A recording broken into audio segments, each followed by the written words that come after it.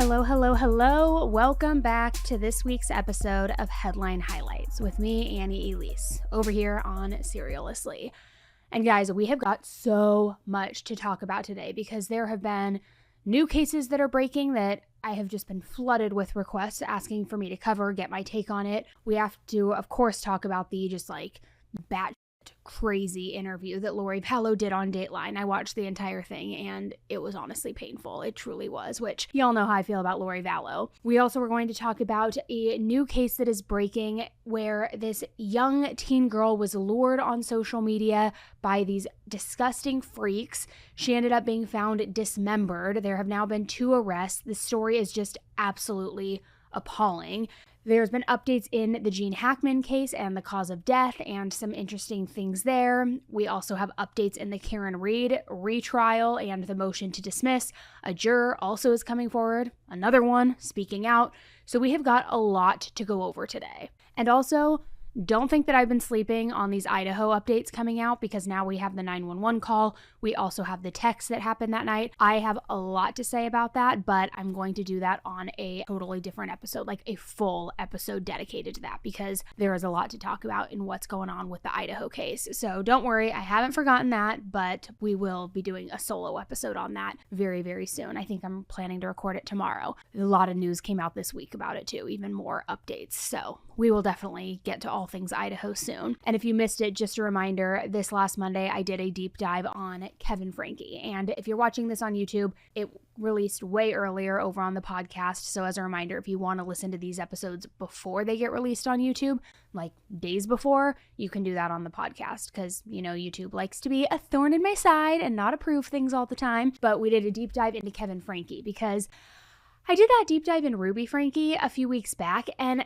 after watching the Hulu series and knowing so much about that case, I was left with a really bad taste in my mouth. I was like, feels like this guy is not taking accountability. It's almost as though he's trying to just like absolve himself of having any responsibility related to the treatment of his kids, which I get it. He wasn't there when everything came to a head and to this boiling point with Jody and with Ruby. However, he was there for the whole backstory before Jody even entered the picture. He was seen on camera inflicting these very, in my opinion, harsh punishments against his children, exploiting them, caring more about the paycheck than his own children. Then he disappeared for a year. And so I felt like, and you can listen to the episode, of course, but I just felt like he was trying to get off scot-free and say now how he wants custody of his children, how he just wants to do right by them. Yet in every other sentence in his interviews that he's doing in his like media press campaign tour, he's still talking about how Ruby, like he loves her and justifying actions. And so I wanted to do an episode where I'm like, no. Let's kind of like lay all the cards out on the table, right? I'm going to play original clips from you that you had made public where it's contradicting your statements that you're making now. And let's just like really call it out, Kevin. Let's call it like it is and call out what kind of father you truly were, because this whole little act, which is what I'm calling it and what my opinion is on it, this act that he's putting on, I'm not buying it for a second. I think he is still like a little puppy dog devoted to Ruby. He's waiting for her to be released. I think he's going to allow her around the children as soon as she is released. I think that he's making up excuses along the way. And again, I know I'm like going off on a tangent right now. You can listen to the deep dive on it, but I really wanted to talk through all of that and give specific examples of why I think he's a liar and why I think he now is just like cowering in the corner when he could have been a much better father. I truly believe so. So anyway, that released on Monday. You can go take a listen to that because like I said, he just not sitting right with me. It ain't landing for me, Kev. So let's jump into what we have to talk about this week. And I want to start with those updates that I mentioned in the Karen Reed retrial case. Now, a lot of people are probably super familiar with this case because I've been talking about it for quite a while now. But for those of you who maybe aren't as familiar, let me give you just a quick little debrief on the situation. So in 2022, Karen Reed's boyfriend, former Boston police officer John O'Keefe, was found dead outside of a home on a snowy January night. This was after the couple had gone out with friends for a few drinks. They were then going to go to a house party after at a friend's house. Karen didn't end up attending. It was just going to be John, so she dropped him off. She turned around in the car, and then she went back home to their shared home where they were, or maybe it was just his home. I can't remember. But anyway, she didn't stay at the party. So Then when people came out of the house the next morning, they found him dead in the snow. It was alleged by friends and the prosecution that Karen hit him with the SUV that she was driving and then left him there to die. And even though it sounds pretty clear-cut, it really isn't, because I would say that the public's opinion on whether or not she's guilty is still pretty 50-50. A lot of people think that yes, she must have just been drunk. She had a lot to drink. She hit him and then drove away. But then a lot of people, especially the sleuths online, they've been looking at it being like, well, no, due to his height and the damage on the taillight, it wouldn't, like, the impact wouldn't have been the way it was. People are saying that there was a fight that actually happened inside the house at the house party that night, and that those people are the ones responsible for killing John O'Keefe. And then now they're pitting the blame on Karen. And the reason they are saying that too is there's text message timestamps that come into question where there were apparently Google searches from one of the partygoers' phones at 2:30 in the morning. How long does it take to die in the snow? Things like that. There's also been, I'll just say it, a lot of corruption going on with people who are involved in this case, not only law enforcement officers and officials, but it just does not smell right at all. And people are torn on this. And if you want to hear the deep dive, I will link it because we've done so many episodes on this case, but it's a very complex case, and one that I do feel like a lot of people are divided on. I personally don't even quite know which way I'm leaning. Actually, I take that back. I do. I think that it's probably more than likely. Actually, no, I'm not going to say that because that's going to just cause a lot of drama. So maybe I'll share my opinion after the retrial, I should say, happens. But anyway, so last year, Karen went to trial for the first time, and instead of being found guilty or not guilty, the entire thing ended in a hung jury, meaning that the jurors could not reach a unanimous decision, and it was declared a mistrial. So her second trial is now set to begin in just a few weeks, April 1st to be exact, and her team has seriously been working overtime on this case because Karen's defense team recently filed a motion to dismiss the entire case, arguing that the prosecution had purposefully withheld critical evidence during the trial, and therefore, because of that, they violated her right to a fair trial. So what does all of this mean exactly? Let me break it down. Her defense team is mainly stuck on video evidence in this case particular, because as we know, the prosecution is claiming that she hit John with the SUV, and that in the process, the taillight was shattered, which I briefly mentioned. And I will say, he was a pretty big man, so it would definitely make sense that if she hit him with the SUV, there probably would be some damage. But her defense team argues that the taillight was cracked, not shattered, and that after the investigators took it to the station, they're the ones who shattered it, before then taking some pieces and leaving them back at the crime scene and trying to stage the entire scene, basically arguing that this whole thing was a setup. And there is one really big thing that could very well be what convinces a jury of her possible innocence in all of this. Because apparently the prosecution failed to provide the first 42 minutes of the SUV being at that station in their custody. That would have shown and proved how the taillight was when it arrived and how it was after the fact. But those 42 minutes of footage are apparently not provided, just, hidden, so to speak. So the motion wrote that the missing part of the video when the SUV first arrived is, quote, the most critical and highly contested issue in this case.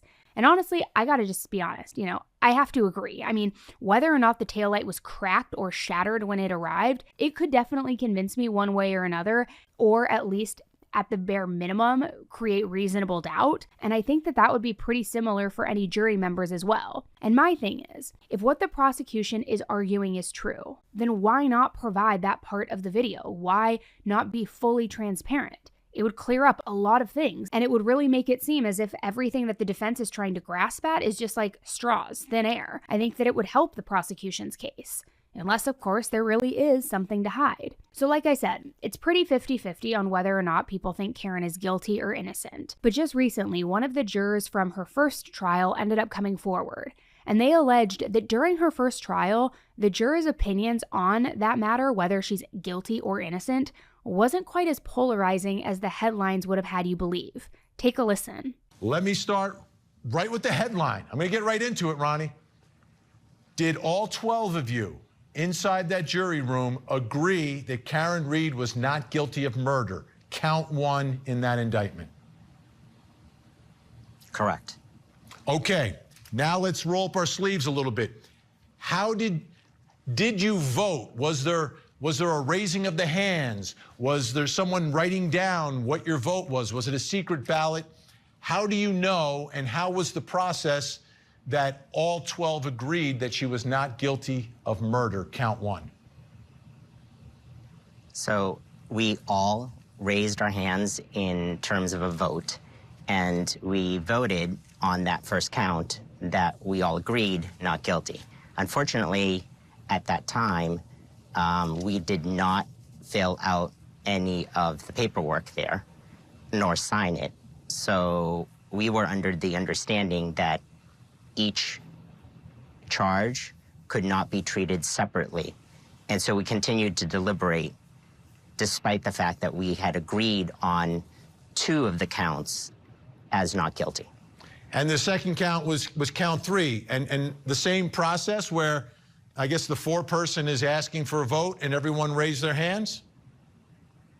And everybody agreed not guilty for those 2 charges. That's correct. Was there, now you mentioned that you didn't fill out paperwork. Was there any discussion about should we check the box on the verdict slip? So we didn't check the box on the verdict slip because we were still deliberating on the second charge of involuntary manslaughter, and that continued with deliberation. We did send out notes asking for clarification, but unfortunately we did not ask the question at the time, should we treat each charge individually and separately? So explain to us why the presumption was that you had to come to a conclusion on all 3. Was there any debate among the jurors about whether or not we have to agree on all 3 counts, or it can be just 1 count, or it can be 2 counts? Was there any discussion or debate amongst the 12 of you about what the rules were when it was time to fill out the verdict slip and determine and let everyone know where you were in these deliberations? One of the big things that happened was we all agreed and voted, and we kind of not came back to any of those charges. We never revisited them because we had already voted on them. And then we kept on debating on that second charge. And because we kept on debating on that second charge and deliberating, that kind of got us caught off guard at the end in terms of how to respond to that and whether to ask. There was a couple of us who did clearly indicate that maybe we should ask about treating each charge independently, but the majority overruled, and essentially we were left to believe that it needed to be all or nothing. So regardless of where you stand on Karen's guilt or innocence, I think that we can all agree that this trial has pretty much been a complete mess from the very beginning. If the motion to dismiss is denied, we will be seeing the retrial, begin in just a few weeks, which I, for one, am on the edge of my seat with how all of this is going to play out, because it's very divided out there. And I'm going to probably misquote this exactly because it's been quite a few months, but even when the hung jury and mistrial situation happened for the first trial, other jurors had come forward at that point too, saying that they unanimously had agreed that she was not guilty of the murder charge or one of the degrees of murder. You know, again, don't quote me here. But because of the way that the verdict had to be written or decided on, it was all lumped together. It wasn't separated. So that is like the technicality of how there's even a retrial here happening, because a lot of the jurors are like, well, no, we may have found her guilty on some of the other charges. Well, again, I can't cite them exactly at this moment, but on the murder charge, we all agreed that she was not guilty. But that doesn't matter because it's all lumped together, and she now has to go to a retrial. And a lot of people think it's a waste of time, resources, money, all of those things. So we will see what happens with Karen Reed. Now, this next case is taking us all the way over across the pond. And I gotta say, it is a case that is just insanely heartbreaking, especially as a mom. It just hits even harder, I think, when I read about it, when I researched it, and knowing the details of it. But let's go over to England for a moment, because on Wednesday, March 5th, a very panicked call came into 911 around 4:58 p.m. The caller was stating that a car had driven onto a soccer field that was full of kids playing soccer, which that in and of itself is already such a terrifying thought, right? But this caller also told the operator that the car had hit at least 2 young children who were on the field. So it's basically 5 p.m. All of these kids have been in school all day long, just waiting to be able to run around, see their friends, go to practice, looking forward to their game, just trying to have fun. And then this horrific tragedy occurred. So the authorities rushed to the scene, where they found a 40-year-old man behind the wheel of a black BMW i4. And for whatever reason, I don't know exactly why, but this man's name hasn't been released yet. But in light of some of the scarier things that have happened recently in the world, like the New Year's Day truck attack in New Orleans, the authorities have clarified in the press that they do not believe that this was a purposeful attack. So sadly, the caller was correct in thinking that 2 kids were hit, because one of the kids who was hit was only 10 years old, and they were sadly killed as a result of the crash. We don't know yet the name of this kid or even the gender, but the second kid, who has been reported as an 8-year-old little girl, was also hit, and she was taken to the hospital and thankfully was cleared of having any life-threatening injuries. The man behind the wheel was arrested on what the press release called, quote, suspicion of causing death by dangerous driving, which I'm definitely curious to know more about this case, especially what this guy ends up saying was the cause of all of this, if he does even talk at all. I mean, was he drunk? Was he under the influence? Was he just being reckless? Was he texting? Like, what was really going on here if it was not intentional? I don't think it's that easy to just drive on a soccer field, especially a soccer field full of people, and when it's daylight outside. I mean, 5 p.m., I get it that maybe that's dusk at that point, but what? What is the reasoning here? Not that any reasoning would excuse it, obviously, but what really happened here? And one key detail in this entire crash is that the car didn't just come up off the curb and then it ended up in a field a few feet away from the curb. This car was driving so fast that it hit a barrier that was surrounding the field, and it completely busted through this barrier. So like I said, I don't know if this is a possible scenario of texting and driving, drunk driving, or just driving like a complete idiot and losing control. Who knows? But I will be interested to hear more. And my heart in the meantime, of course, obviously goes out to the parents of the poor kid who passed away, because I can't imagine sending my child to soccer practice or just sending them to the field after school or whatever it is, thinking everything would be fine, everything would be okay, because, it usually is. You usually don't have psychopaths driving onto the field, and then you just hear this devastating news of what happened. It is such a freak tragedy, and I don't want to say freak accident because we aren't entirely sure of what happened, but a freak tragedy nonetheless, and it's devastating. Now, coming off of the heels of that, I do want to kind of go into a situation that has a little bit of positive news, which we don't often get to talk about on here, and that makes me really happy that I get to share this positive news, because we have updates in a 27-year-old cold case. Just recently, a press release out of New Haven, Connecticut announced that a 27-year-old cold case has officially been closed. And spoiler alert, it is for an amazing reason. So let me take you back. On October 5th, 1999, an almost 2-year-old little girl named Andrea Reyes was believed to have been kidnapped from her home in New Haven by her mother, Rosa. Now, at the time, she was in the custody of her father, whose name has not been released and is currently being kept from the public. But because of this, right away, the investigators on the case believed that this was a case of non-custodial parent kidnapping and then hiding the child. So a warrant was issued for custodial interference, but both Andrea and Rosa were nowhere to be found. So the belief for many years was that Rosa had taken her daughter to Pueblo, Mexico. Now, why exactly they honed in on this specific area, I'm not entirely sure. Maybe that's where Rosa was from. Maybe that's where she still had family. I don't really know. But despite this theory, neither one of them was ever found. So for years, her father would travel to Mexico trying to search for his daughter. There were age progression photos that were released every year. There was trying to keep her name in the news all the time. Yet nobody called in with any useful information, not that one tip that could have changed everything. And I'll be honest, it's not uncommon for kidnappings like this, when it's a custodial interference case, for them to end very tragically. I mean, think of Susan Powell and what happened with those boys. And we see it time and time again, where it's more of that mentality of if I can't have them, no one can.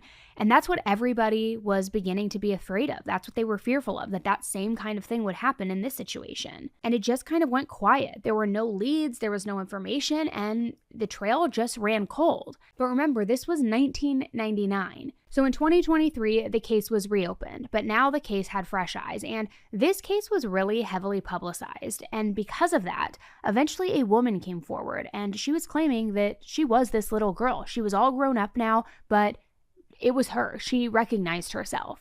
The woman even sent messages to the father personally saying, "I'm your baby Andra, it's me, I'm all grown up." And I would imagine receiving messages like that as a parent, you're full of a lot of mixed feelings, right? Probably feelings of hope and excitement and optimism, hoping that this is reality and that you're finally getting answers and that you're reunited, but also a lot of what ifs, like, what if this is all fake? What if I'm getting my hopes up? What if this person is a scam artist, like we've unfortunately seen happen time and time again in cases like these? So finally, the woman provided her DNA sample. And after it was recently tested with the father's DNA, it came back that it was a match. Now, we don't have a whole lot of information about what happened after they learned this news, but it was a match. I mean, she was who she was saying she was. We also know that Andra does in fact currently live in Mexico, but we don't know what her relationship is like with her mother, Rosa. The warrant for Rosa's arrest is still active. However, it's only valid in the US, and the investigators have reason to believe, of course, that she's also in Mexico.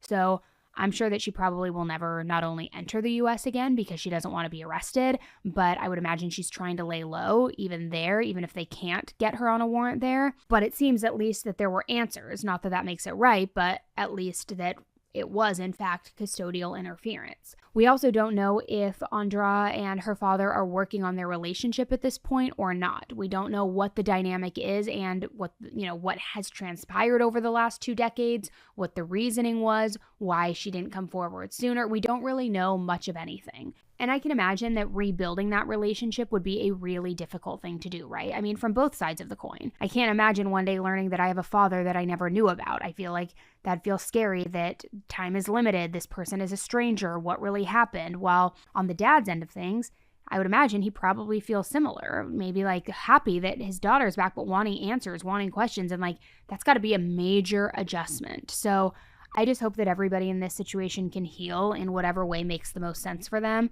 And I'm so glad that after all of this time, we know that she is alive, she is well, and she has been reunited with her father. Now, I want to talk with you guys all about Lori Vallow on Dateline, what's going on with the manner of death and cause of death ruled with Gene Hackman.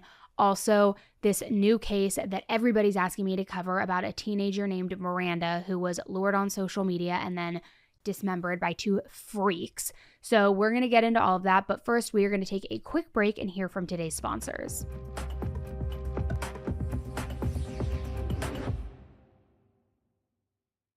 You've heard me talk about Helix before, but I've had my Helix mattress now for about 2 years, and I can confidently say that it is the best sleep investment that I have ever made. I mean, I'm telling you the truth, from the very first night, I noticed a huge difference. I wasn't tossing and turning, I wasn't waking up all sweaty and gross, I wasn't having like my normal lower back pain because I'm a side sleeper, and my Oura Ring even showed that I was finally getting consistent deep sleep for like the first time in forever.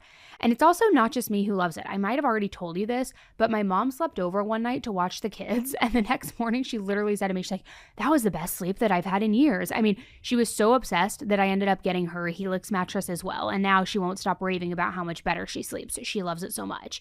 I also reference my bed as a moon cloud bed.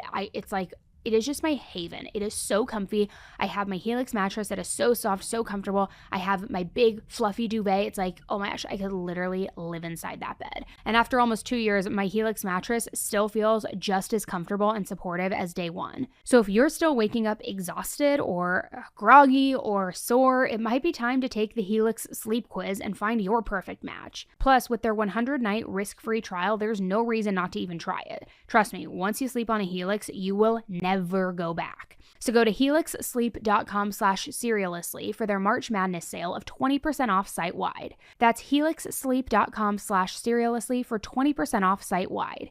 helixsleep.com/serialously. I feel like we're in the circle of trust, and you can't even begin to imagine how much money I have spent on skincare, beauty products, hair products, all these different things over the years trying to fix issues like dry skin, breakouts, frizzy hair, shedding, even color fading, or my blonde turning yellow.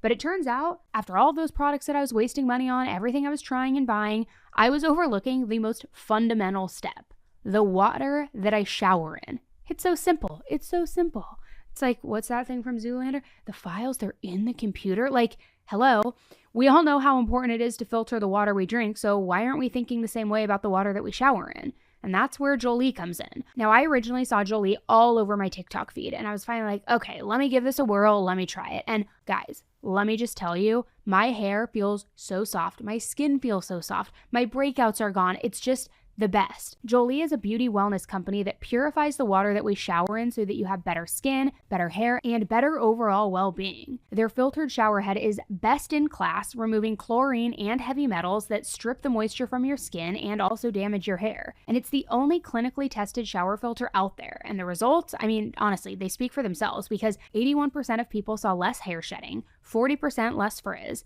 and better color retention and a healthier hair surface layer. For me, like I said, I noticed a difference almost immediately. It wasn't just TikTok hype. It was real. I mean, my hair felt softer, my skin wasn't as dry, my blonde didn't look as yellow, and the best part is Jolie doesn't mess with your water pressure. It still feels amazing to shower in. A lot of these shower heads like dwindle it down to where it's just little droplets coming out, and this, it still has amazing pressure. So honestly, if you're investing in your skin and hair, this is the upgrade you didn't even know that you needed. Try it out for yourself and you will never want to shower without it again. Jolie will give you your best skin and hair guaranteed. Head to jolieskinco.com/AE to try it out for yourself with free shipping. And if you don't like it, you can return your Jolie for a full refund within 60 days. No questions asked. Again, that's jolieskinco.com/AE to try it out for yourself with free shipping.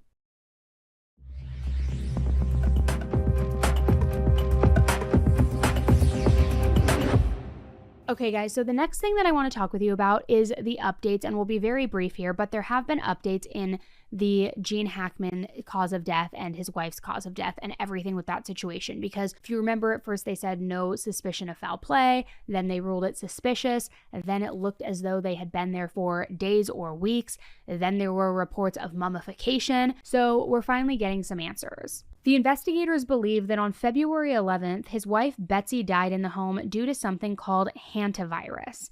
Now, this is apparently an extremely rare disease, and thank God it's rare, because like in this case, it can be very fatal. And those of you who have never heard of this virus, trust me, you're definitely not alone. I was like, what is this? I've never even heard of this. But it's a disease that is spread from rodents that are infected to humans. So this can be transferred through contaminated urine, feces, even saliva. And on the more extreme side of things, it can also be spread through a bite. Now remember, both of their bodies along with their dog weren't found in the home until February 26th. So people were wondering, okay, what was the reasoning for the huge lapse in time between when they were saying Betsy died on the 11th and then when their bodies were eventually found? Well, the investigators have claimed that due to Gene's pretty advanced Alzheimer's, he more than likely hadn't even realized that Betsy was dead. Betsy was also his primary caretaker, so unfortunately, there's a pretty good chance that for days he kind of just wandered around, not even realizing what was going on, maybe not eating, maybe not drinking. And you would think that just by hearing that maybe he did die from that, starvation or dehydration, especially depending on how advanced his Alzheimer's was and his lack of independence. However, his official manner of death was ruled as heart disease with complications from his Alzheimer's disease. So both of their causes of deaths were ruled as natural causes. And the investigators came to this conclusion from a kind of shocking piece of evidence: his pacemaker. Due to the data on his pacemaker, they believe that Gene likely died on February 18th. And here's why. Gene Hackman was one of 3 million Americans to have pacemakers attached to their hearts. The battery-powered devices control irregular heartbeats and can even record any unusual activities. The newest models can even alert your doctor in case of an emergency. The device is sending electricity to pace the heart, okay? It's also taking snapshots of what the rhythm is in the heart. Now, those wires that send the electricity is also giving data back to the computer here, the pacemaker. And if that data suddenly goes haywire, That's when we know that the heart muscle itself is no longer responding, which is how you infer that that was the moment of death. Now, I've seen a lot of people online who still aren't happy with these answers, and people who believe that this is still some sort of big cover-up, and I gotta be honest, I don't think it goes that deep. I really, really don't. I think this was just a very tragic and sad case. All in all, we're still in the early stages of the investigation though, so in the upcoming weeks we might get more answers or more little breadcrumbs here and there of information to make this whole thing come together. But I think sometimes when really odd things like this happen that just seem so out of the blue or so impossible, people want the answers that make them feel good. And sometimes we don't get that. It's not realistic. And so I think that's why people are still demanding more information. But regardless of where you stand, I think the one thing we can all agree on is this case is truly a tragedy through and through. And it does make me feel a little bit better, at least, that this wasn't some, well thought out, gruesome type murder case or some situation of both of them suffering in a horrible way. I mean, hopefully not, at least. Maybe Jean did. I don't know. I hope not. But at least we are starting to gather some sort of resolution. Now, how do I want to cue this up? Now let's talk about Lori Vallow. And you know how much I freaking hate this lady. And if you follow me on Instagram or TikTok, you know I was having a heyday last week and over the weekend with short forms of Lori from like previews of this Dateline episode where she says Keith Morrison's name literally like 10,000 times and in a very narcissistic way of trying to almost like, I don't know, not manipulate him, maybe manipulate him, but like, okay, Keith, well, what do you think about that, Keith? I don't know, Keith. Who told you that, Keith? I don't know. How old are you, Keith? What do you think? Just like, shut the up, lady. Like, honestly. So I was thinking when I was making all of those reels, which you can see them at _Annie Elise on both platforms, I was thinking like, okay, these clearly are just like the highlights. Surely she didn't act this unhinged the entire interview. Guys, if you can't see my eyes right now, they are very big. I'm rolling them so far back I can see my brain. This was the most tough interview I've watched in a long time. And I watch a lot of interviews. I watch a lot of footage out there. She is so unhinged, so much so to where, like, I'll be honest, when everything was going on with her and during her trial when we were following it, we even had sent our correspondent to attend the trial in person. I thought, okay, this is all a facade. She clearly is just deranged a little bit and evil to the core, absolutely. But I didn't really think that there was a huge element of her being mentally unwell. I thought like, okay, she's a lunatic for having these beliefs, but I truly didn't think that there was a chemical imbalance. After watching this interview, not to give Lori a pass, but like, I'm not so sure. She seemed nutty in this interview. And that's not to like shade anybody who goes through mental health struggles, not at all, but like she was on a different planet. She truly was, unless she really was just trying so hard to sell this version of herself ahead of her new trial that's going to be happening in Arizona for her ex-husband, Charles, or not even her ex-husband, her former husband, Charles, which I'm getting ahead of myself. So let me kind of break it down. So if you have no idea what I'm talking about, last Friday, Lori Vallow was interviewed on Dateline, and what she had to say for herself, it was pretty on brand, but it doesn't make it any less insane because this episode was about an hour and a half long. And if you want to see it for yourself, I highly recommend checking it out, but be warned, it is a painful watch. And here's the quick overview. Lori's mannerisms throughout the entire interview are straight up like the Joker. That is the best way that I can describe it, truly. I was going to try to sugarcoat it maybe a little bit, but trust me when I say this was an absolute impossible feat. I mean, take a listen. Were you there the night that Tylee died? Were you there the night that JJ died? Was where? Alex in these places when they died? In the place where they died, were you there? What place was that? Did you watch? What place was that? Do you have any idea? I'm asking. Well, I'm the Doesn't only really one that matter. knows. Do you know? You're pretending like you know. It doesn't matter. I'm not pretending I know. I'm asking you a question. Now, just from that short little clip, you can already tell that Lori was in this like silly, goofy kind of mood. But that honestly wasn't even close to being the worst of it. It's hard to pick out just one thing, but I think that the most controversial and out there thing that Lori did claim during all of this is that she knows in her heart and soul that she and Chad will both be exonerated. Which that's a huge claim to say you both are going to be exonerated, and not just saying it like flippantly, like, we'll both be exonerated one day. You guys don't know the truth. She was like saying it with so much conviction. She truly, I think, believes this, saying, no, I've seen it. I've talked to Jesus. He has showed me this. We will be exonerated. Like, using her chest and saying this, like really believing it, saying Jesus is still to this day showing her visions, even from prison, and that she just knows because of these visions that she is going to be exonerated because she's seen it. Simple as that. Which I wish I was making this stuff up, guys, but take a listen. How could you possibly think that Chad would be exonerated after what happened? The same way I will be exonerated. We will both be exonerated in the future. Because? I have seen things in the future that Jesus showed me when I was in heaven. And we were not in jail. And we were not in prison. And they were still in the future. I'm very rarely speechless, but this was pretty close to being one of the times that I was speechless because there's so much that I want to say, yet so little that I'm able to even find the accurate words for. Even after this whole discussion about being exonerated in the future, Lori just goes on to confidently list all of the different things that she's going to do with her life once she's exonerated. And guess what? One of those things is not, be reunited with my weirdo Peter Griffith looking husband, not continue to think that I'm one of the 144,000s, nothing like that. No, Lori thinks she's going to be on Dancing with the Stars. Like, I'm trying not to laugh. Like, no, she thinks she's going to be on Dancing with the Stars, that she's going to be exonerated, that she's going to have this warm welcoming with open arms by all of the public, all of Hollywood, and they're going to say, you know what, Doomsday Mom?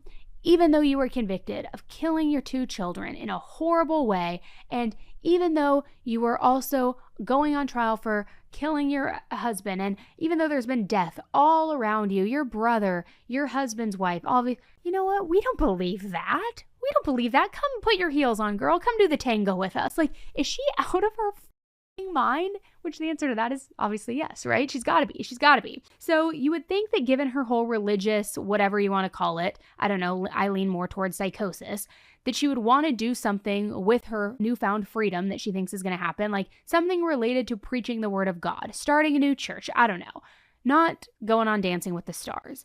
But she really, believes it. Now, maybe the most upsetting thing from this entire interview is that pretty much from the very moment that she sat down, she just continued to paint a very elaborate picture of her daughter Tylee, who, by the way, was 16 at the time of her murder, killing JJ, who, remember, was only 7 years old. And then she says after Tylee killed JJ, she killed herself, which this isn't exactly new news. She's been saying this, but the fact that she is still sticking with this story is not only insane to me, but so cruel. You are desecrating your daughter's memory by painting her as a murderer and then saying she took her own life out of guilt because of it. It's like, you can't even let them rest in peace, you psychotic. Like, now you're trying to ruin their memory. It's so evil. And as a mother, which you can't even call her a mother at this point, right? But like, I'm not expecting her to have remorse for what she did because I truly think she is evil through and through. And I think she believes a lot of this weirdo stuff that she's peddling. But I'm not even asking her to have remorse. I'm just asking her to shut. And I'm sorry that I'm cussing a lot, guys. I know sometimes that happens and I just get carried away. But it's like, just shut up, stop talking. Nobody wants to hear from you. Zip your mouth. And like, the fact that you are now going to not only double down on your innocence, but you're going to paint your innocent 16-year-old daughter as the villain, as the murderer, of saying she murdered a 7-year-old. I mean, are you crazy? Do you not have an ounce of humanity or motherly love in you? Which I don't even know why I'm getting so worked up, because obviously the answer is no, right? Obviously not. There's just no respect whatsoever to her deceased children. It is absolutely sickening. And it's just so heartbreaking that even in their deaths, even with both Chad and Lori in prison and Chad getting the death penalty, these kids just cannot rest in peace. But remember, to Lori, those kids still were the ones who were the problem in all of this. They were the zombies. They were the dark spirits. They were the ones who Lori and Chad perceived as threats. Keith Morrison described the entire interview like this, and I think it gives a pretty good idea of how it went down for those of you who may not want to sit down and watch the entire thing, but here's what he said. And this is a direct quote. She wanted to fill that entire 90 minutes that we had with a long, shaggy dog tale about how her daughter killed her son and then killed herself. The authorities and the police who investigated this know for a fact that this is not possibly true. For one thing, they died 2 weeks apart. So I tried to get her off that narrative and onto some of the issues, some of the things that they knew happened, but she wasn't going there. So it was a very interesting little tennis match that we had, which I'm just thankful that Keith wasn't going to let her fully spew all of her bull, because even though she didn't really seem to care what his opinion was of her or how she was acting, even what the public's opinion is of her, she just still was spewing all of her BS, but he was doing a great job shutting it down. And to Lori, she says all of the people who have these opinions about her, the public judgments, everybody who has this perception of who she really is, she says, well, those people, they don't have the full story. She's just misunderstood. They don't know the real her, which, again, huge eye roll, so much I can see my brain. And maybe this is a hot take, though I'm sure most of you will probably agree with me, but I genuinely don't believe that Lori will ever see the error of her ways or regret what she did.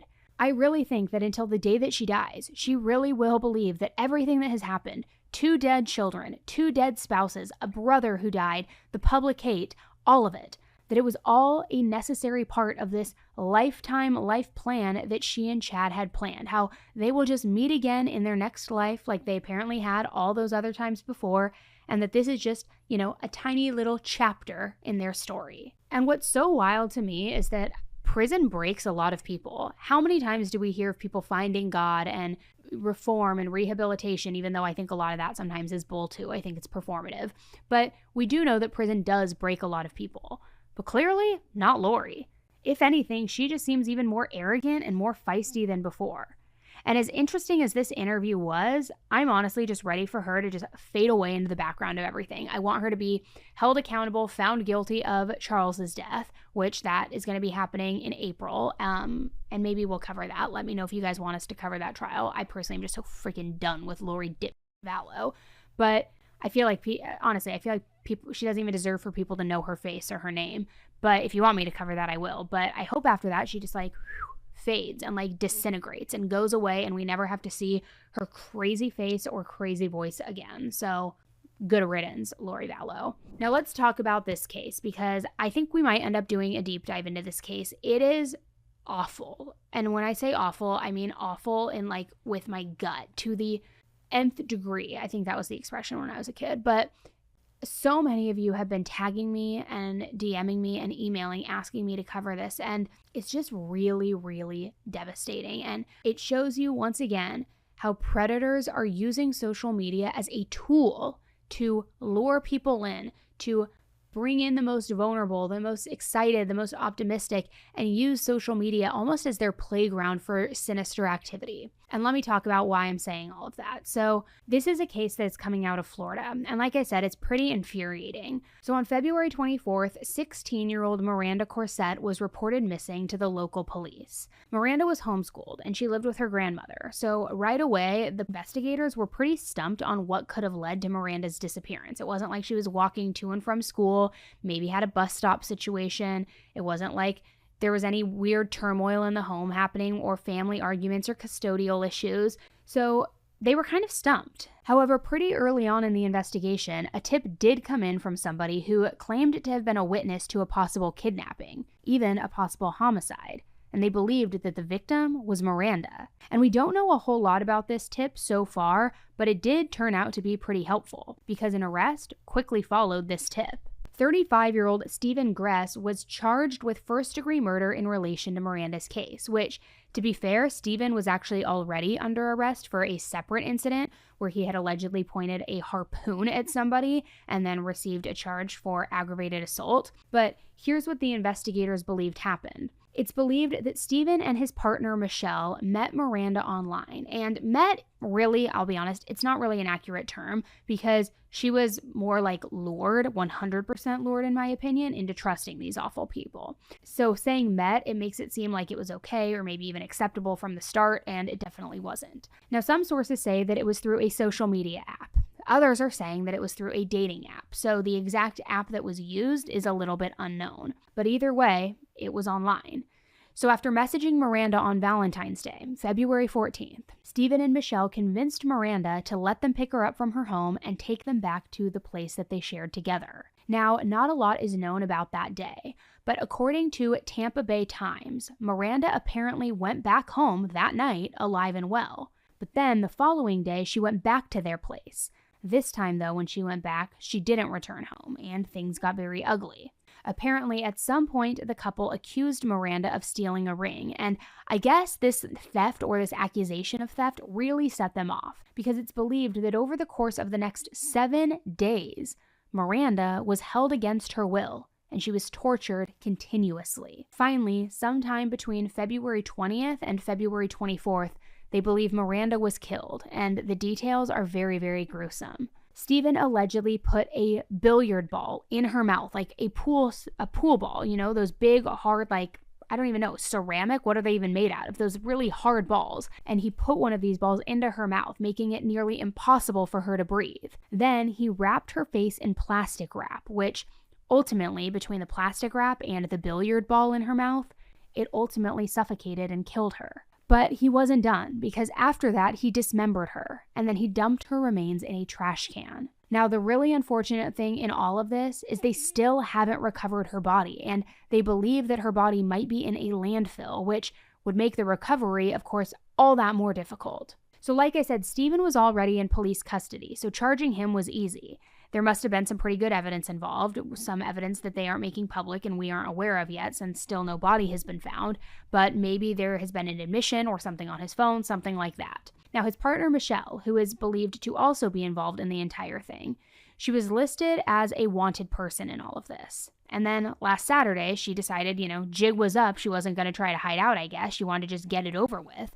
And she ended up turning herself in. I mean, she must have known that she could only run for so long. So she was also charged with first-degree murder. And while I don't want to point fingers or be super accusatory, my biggest question is why wasn't she filed as a missing person sooner? She was only 16 years old. So a teen being missing for even a day, in my opinion, should be a huge red flag. And as we know, she was missing for way longer than that. And it kind of reminds me a lot of the Neziah Harris case, which you might be familiar with that case. And if you are, you know that there were lots and lots of questions about potential neglect from her caregiver being involved. Which, I get it. As a teen, we all thought it was so annoying for our parents to check in on us or be mindful of where we were every day, every hour, all the time. But as adults, I think now looking back, we can understand that those things were really essential for our well-being. People take advantage of young, innocent, naive teens, and it happens every single day. And I'll be clear, I don't want to make it sound like her grandma was neglectful at all, because that's a pretty big accusation without knowing a lot of information or backstory. But I am curious why Miranda wasn't reported sooner or what that exact timeline of events looked like. Maybe because the grandma's older, she didn't notice things, or maybe she was too lax. I don't really know, but I just find that whole situation very weird and very concerning. And I'd be curious to know what information comes out there. Now, I mentioned this, I think, already, but this case is still breaking. So I think we will be doing a deep dive into this case and a dedicated episode because there is just so much information on it. So check back for that. But I at least wanted to bring it up here because so many of you have been asking me to cover it. And I wanted to let you know it is on my radar. I hear you, and we are looking into everything. Now, before I get going, I do want to give a public service announcement because for any of you who are listening to this or maybe even watching this who live in Orange County, we are hiring. And while I wish that we could hire and have remote jobs and do all of that, we've tried it. It just unfortunately doesn't work. So you do need to be local, but we are hiring for an in-house graphic designer, somebody who knows our brand, can do merch designs, who is creative, who has all of the skills with Photoshop, with Canva, with this, with that. So if you think that that's you and you're interested, please send us your resume and portfolio or sample work to hello@annieelise.com. The only thing that I ask is before you do that, please go onto our website, annieelise.com, and double check that how we do our graphics, because it is very niche and it's different than a lot of corporate companies, that aligns with your skill set. Because sometimes we're getting some applicants who do more of like the corporate branding where it's just newsletters or text, and we do more of like the actual graphic artwork for like merch and for logos and icons and things like that. So that's one position. We also are looking for a junior producer position, and that also is going to be here in-house in our studio where we have everything, and this is somebody who's going to help us with creating episodes, with working closely with us, with editing skills, things like that. And all of these jobs are listed on LinkedIn as well. But for the junior producer position, we are looking for somebody who is familiar with Premiere Pro, Final Cut, DaVinci, whatever editing software, knows how to edit, knows how to do effects, things like that, and somebody who just wants to really work closely with us while I'm in the room picking cases that we are going to be covering, while we're talking about a lot of these cases with each other, while we're developing episodes, while we're working with victims' families, somebody who just really wants to be part of all of that. So if that sounds like you, you can also send your resume to hello@annieelise.com. But again, I'm sorry, locals only. It is in office 4 days a week, just because it's really tough to do all of these things remote. It's way better when we can collaborate in person together. So again, that is hello@annieelise.com. Other than that, if you feel like you guys need more content to binge going into your weekend, we do have a library of deep dive episodes that we give to our Patreons and to our Apple subscribers. There's about 75 of those right now. They're all deep dives into single cases. So you can get access to that either through Apple Podcasts on the app or over on Patreon. Last week, we covered a group of college students who basically wanted to recreate that TV show series To Catch a Predator with Chris Hansen. They wanted to do that themselves, so they posed online, they lured somebody in, and they all started filming it and like reenacted this whole thing, and it ended disastrously. I'll just say that. We also talked about Brian Laundrie a couple episodes ago and the conspiracies about him possibly still being alive and his parents' involvement. Another one that we have talked about is Chloe Jones. She was unfortunately held captive and tortured for days, and she bravely escaped. You may remember seeing the iconic footage and picture of her coming down from like was it a crawl space or an attic, some in the garage, where she had like the big black eyes and she was finally rescued. So there are just always so many cases to go over, and we don't have enough days in the week to publish all of them. So again, you can get access to that. We put a new one out every single Friday, and that is through Patreon or Apple Podcasts. Other than that, guys, that is all we've got for today's episode of Headline Highlights. Thank you for tuning in. I will be back on the mic with you on Monday with a deep dive into a very, very important case, one that is close to my heart. You may have seen it go viral on TikTok a couple of weeks ago. I am joined in studio with a very special guest regarding this case, so check back Monday for that one.